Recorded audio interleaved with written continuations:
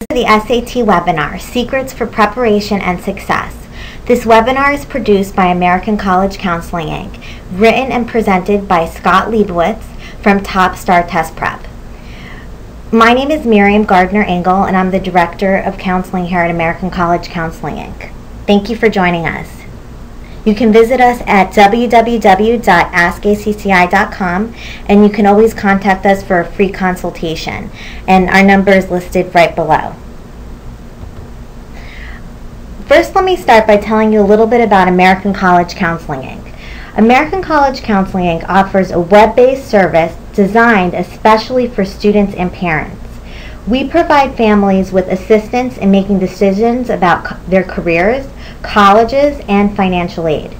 Every student and parent is provided a personal guidance counselor whom they can speak with by phone and email to guide them through the college planning and financial aid process. As the student progresses through high school, they receive advice on academic planning, identifying goals on maximizing their college acceptance, financial aid, and scholarship assistance. ACCI's program includes career and aptitude analysis, SAT, ACT preparation. We have partnered with Scott from Top Star Test Prep to offer our students additional SAT and ACT tutoring, assist in essay and application review, choosing a major, and excellent guidance. ACCI's programs offer descriptive scholarship and grant opportunities that are currently available. What our goal is to match our students with valuable colleges and financial aid resources at a local, state, and national level. Okay, so now I'm going to let Scott present, and thank you so much. I'm going to give you the floor, Scott. Thank you, Miriam, and I want to welcome everyone to today's webinar. What I'd like to do today is give everybody a little bit of information about what proper SAT preparation entails, kind of what you'll have ahead of you if you're getting ready to start that process. If you are a junior in high school or your child is a junior in high school, right now it's the perfect time to really grab hold of this process. Okay, so we'll start with what is the SAT. Most of us know generally what the SAT is. It's a standardized test used by colleges and universities to gauge whether or not they're going to accept certain students. Is it the only tool that these colleges use? No, of course not, but it's a very important and valuable tool. Colleges, of course, will also consider a student's grades, their course load, what they've done extracurricular-wise, both in school and out of school, and also they will pay close attention to the admission essay or the person's statement. It's important to understand how the SAT is scored. There's three separate sections: a reading section, a writing section, and a math section. The reading section and the math section are all multiple choice. Well, actually, the math section has some empty blank answers, so you have to provide the answer without multiple choices to choose from. The reading section is all multiple choice answers. The writing section is many multiple choice answers with one essay. Each section of these tests, reading, writing, and math, is scored between 200 and 800 points. The highest combined score possible is 2,400 points. In most cases, the admission committees at universities only look at the combined scores. They're really not going to look at the individual subparts. In other words, they can get 600 on reading and 400 on writing and 500 on math. All they're really going to see is the 1,500 overall.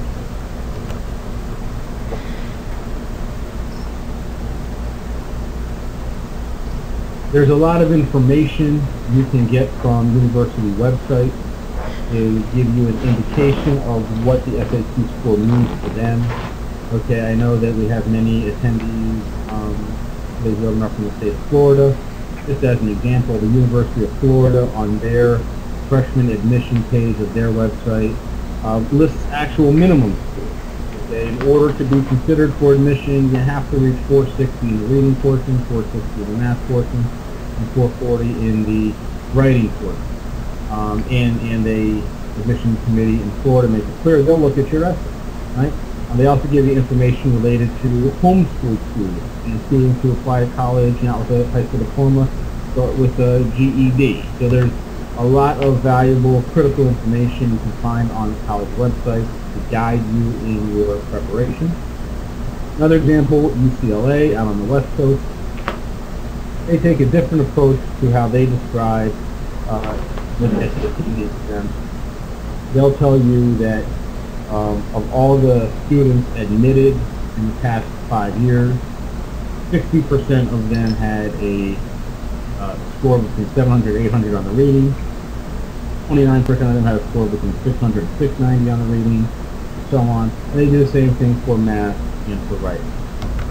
So whereas University of Florida gives you kind of a, these are our bare minimums, UCLA says this is what we're more or less looking for out of our students. Now, a very important aspect of our SAT preparation is to understand exactly what the SAT tests, and there's a very subtle but crucial distinction we have to make here.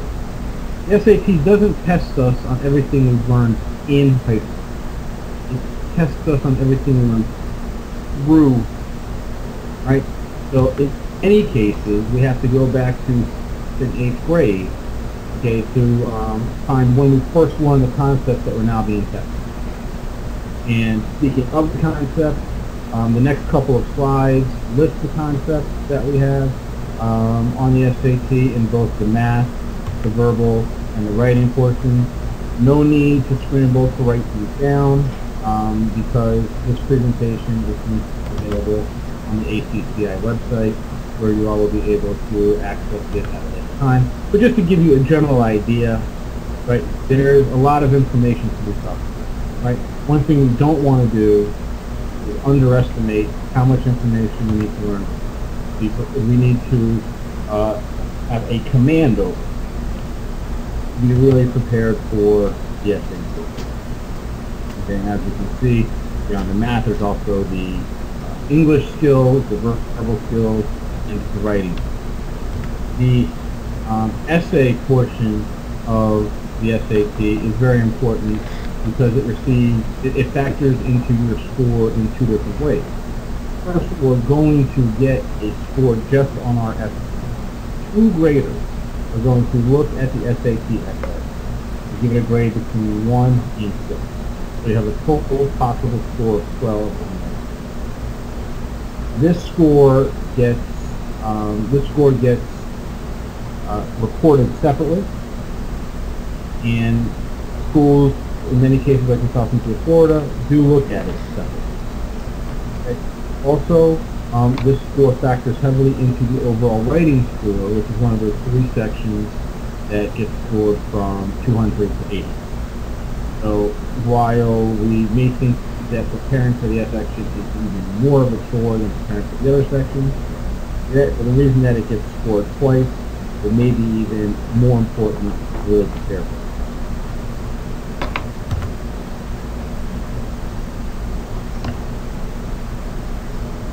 What are the secrets to good SAT preparation? First and most important secret, don't start the process too late. Don't just assume that because you or your child, if your parent is saying whatnot, don't just assume that because you've been going to school every day for the past, I think, 12 years, that all you need is a quick refresher to get ready for the SAT. Like we already said, a lot of what we get done goes back to what we learned 4, 5, even 6 years ago. No reason to really assume that we're still good at this, right? And what can be really misleading is if we're talking about a child that's particularly advanced in math, that's now taking trigonometry, calc, or calculus, while they're getting ready for the SAT, they thought maybe, oh, well, I'm an advanced level math, I really don't need to focus on my math preparation. And this really isn't the case, because the SAT doesn't test us on trigonometry or calculus. It tests us on pre-algebra and algebra. Right? Subject may not have really focused on for a good 4 or 5 years.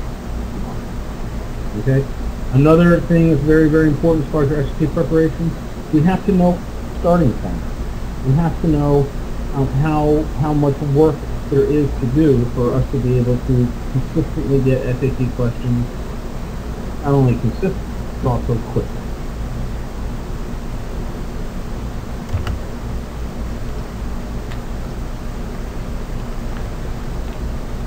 Another important aspect of SAT preparation: seek assistance. Okay, this is not we are not being tested in this fashion as students. There's no reason to think that we're familiar with this process. Okay, and for that reason, I think we can do ourselves a great disservice if we say, okay, I don't need any help in preparing. Miriam, you got anything to add on that? Yes, American College Counseling Inc., what we offer is guidance and practice on the SAT concepts through online practice tests. So it's really important to practice with doing practice tests. And what the practice tests allow the students to do is it gives them an opportunity to analyze their results and really focus on what their weaknesses are so they can improve their SAT scores. And private tutors are available, like Scott from Top Star Test Prep.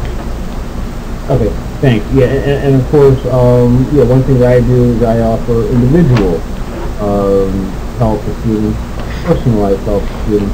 In a lot of cases, this can make a big difference. Well, however you choose to approach SAT preparation, don't assume that, I would assume that you're going to need some assistance, not that you're not going to need assistance. Schools do offer assistance to their own SAT prep courses. You know, and students to be helped, but often they, will meet, once a week or they'll only discuss critical SAT concepts once a week, and you'll be one of 20 to 25 students in class. So there's a decent possibility that your particular needs won't be met in that class.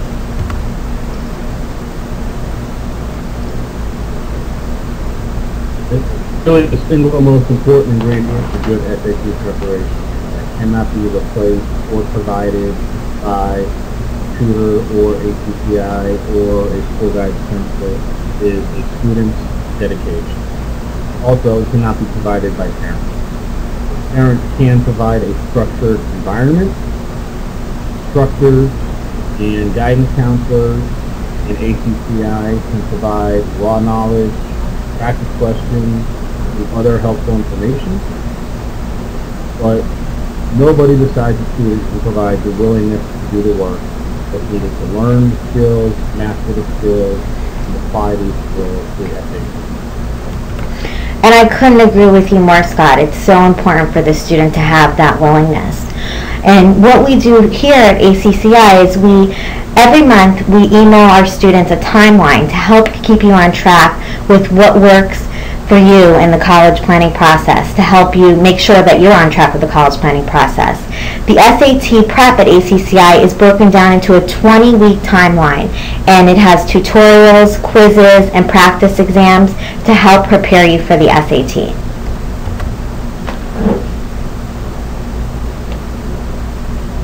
So what I would suggest is to get started as early as possible, really getting started 4 to 6 months before your scheduled test, at least in terms of knowing what your starting point is and knowing how much work you need to do is advisable. But certainly a month before the test, it's time to identify and resolve any areas for a weekend or that you need individual help in. It's a time where you want to design and stick to a rigid schedule of preparation, so you do more, not less work, and really 2 to 3 times a week or 50 minutes of time is a bare minimum in most cases of what it, and the things we want to be focusing on, especially in this last month, LCAT and the essay.